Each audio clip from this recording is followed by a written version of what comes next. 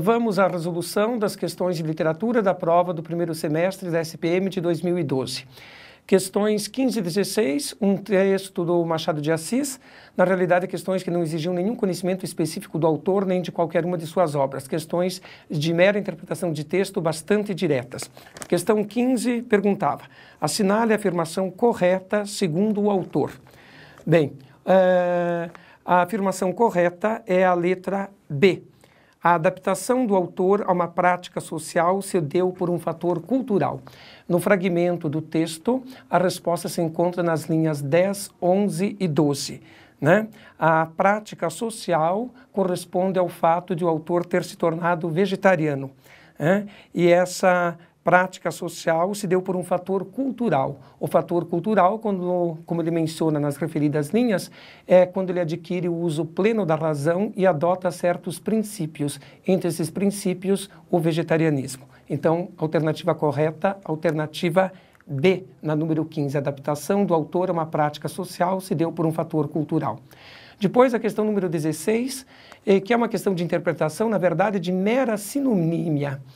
O enunciado afirma: a frase "a arte disfarça a hediondez da matéria" significa que, lembrando que após o texto a própria banca já deu o significado da palavra hediondez, né, qualidade daquilo que é repulsivo, que é repelente, né? Então a alternativa correta é a letra D. O papel da arte acaba sendo de mascarar certos aspectos repugnantes da realidade. A alternativa meramente substitui o verbo disfarçar pelo mascarar. Então, alternativa D. Bastante elementar a questão. Depois, um fragmento do Manifesto Antropófago, do Oswald de Andrade, um texto com bastante previsibilidade de cair, já que há a comemoração aí dos 90 anos da Semana de Arte Moderna. O enunciado, um fragmento do texto diz: só a antropofagia nos une, socialmente, economicamente, filosoficamente. To be or not to be, that's the question. Contra todos os importadores de consciência enlatada. Contra a realidade social, vestida e opressora, cadastrada por Freud, a realidade sem complexos, sem loucura, sem prostituições e sem penitenciárias do matriarcado de Pindorama. A questão pergunta o seguinte: levando em conta os trechos acima e o movimento antropófago, só não está correto afirmar que, alternativa B, né, nesta alternativa diz: o texto propõe, no plano imaginário, plagiar a postura dos indígenas quando praticavam o canibalismo de forma ritual para absorver o poder dos inimigos. Ora, a prática canibalista estava em comer a carne do inimigo, acreditando absorver assim os seus poderes. Mas a proposta antropófaga não é de meramente absorver o poder do inimigo, que seria o outro, no caso a cultura europeia, e sim em digerir criativamente a cultura europeia, adaptando às nossas reais necessidades. Então, esse verbo absorver o poder dos inimigos simplifica, contradizendo a ideia maior da antropofagia. Então, é errada a alternativa B. Depois, um poema do poeta modernista Mário Chamy, que por muitos anos foi professor da SPM. O poema Fantasma. Então, também a questão 18, meramente interpretação de texto. Sobre o poema acima, assinale a afirmação errônea.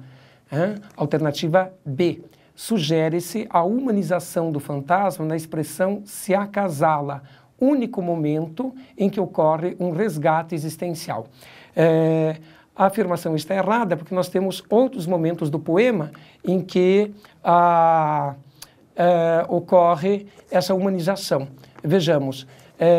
Logo no início, o eu lírico diz: um fantasma ausente põe tijolo sobre tijolo. Põe, né? Isso já é uma ação humana. Depois, na segunda estrofe, primeiro mede o terreno, divide o espaço, calça com o pé a planta que não floresce. Então, dividir, medir, calçar são verbos que apontam para ações humanas. Então, isso invalida a alternativa B, errônea, porque ela diz que a humanização acontece apenas no trecho se acasala.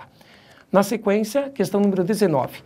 Um fragmento do famoso poema Os Sapos, do Manuel Bandeira, declamado na Semana de Arte Moderna. O poema acima foi declamado por Ronald de Carvalho em 15/2/22 no Teatro Municipal de São Paulo. Tornou-se o hino precursor do modernismo. Assinale a afirmação falsa sobre o trecho. Ora, a afirmação falsa é a letra D. que diz que o poema zomba das contradições existentes entre a obsessiva seleção vocabular e o desconhecimento em rimar termos cognatos.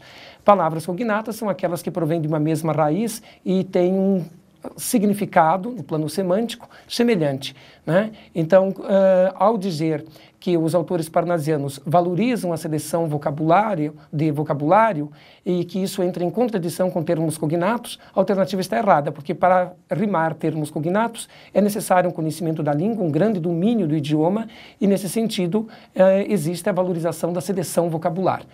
Vale chamar atenção para dois deslizes aí da banca na reprodução do texto. Na terceira estrofe, parnasiano e aguado não são separados por vírgula. E na quarta estrofe, vede como primo em comer, faltou aí os hiatos, né? O artigo os hiatos, que aliás é o que cria ironia no poema, porque na divisão métrica, em comer os hiatos vai dar um verso redondinho menor de 5 sílabas, comendo-se o hiato da palavra hiato mesmo, a, que vai ter que ser forçadamente unido ao i para criar uma única sílaba, né? O Bandeira está ironizando esse procedimento parnasiano. De qualquer maneira, era possível responder à questão, alternativa, então a letra D. E aí, finalmente, a questão número 20. Os versos vede como primo em comer hiatos significam que? Então, a alternativa correta é a letra C. Numa linguagem notadamente formal, a gente percebe aí o emprego da segunda pessoa do plural, vede, o verbo primar, que significa escolher, valorizar, destacar, uma linguagem então mais formal. Numa linguagem notadamente formal, o eu poético ironiza os poetas que se gabam quando da elaboração da métrica. O hiato é uma separação necessária na divisão métrica, e os parnasianos chegavam ao ponto de comer os hiatos para conseguir a igualdade do número de sílabas, daí então a ironia. Alternativa correta, então, a letra C. Uma prova com questões claramente elaboradas, as questões bem feitas, porém a banca pecou pela restrição da estética escolhida. O programa abrange praticamente todas as estéticas literárias e a prova se centrou exclusivamente nas questões propriamente de literatura em autores modernistas. As duas sobre o Machado de Assis foram uma simples interpretação de texto. Então caberia uma diversificação maior de estéticas e de autores. De resto, como eu disse, as provas bem elaboradas, as questões bem elaboradas, espero que tenha se saído bem. É isso aí.